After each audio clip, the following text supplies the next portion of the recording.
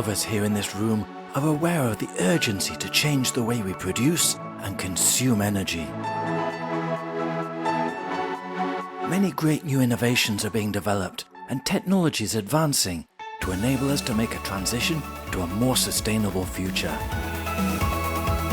This session, however, will not be based around new inventions or great ideas, nor will we talk about making plans and long-term solutions. This session will be all about the missing link in the energy transition. It will be focusing on you! For sure, you are a front runner in adapting this to your day-to-day life. Are you?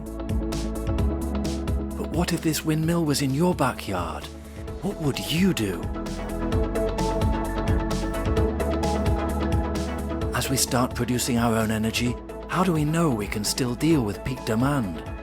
And what do we do with the excess energy? Are you prepared for this new role? As you can see, many other factors come into play. Costs, too much hassle or effort, regulations, or simply unawareness. What reason do you have? So the real challenge is, how do we get you active? How do we get you engaged so you make that change? We all make that change.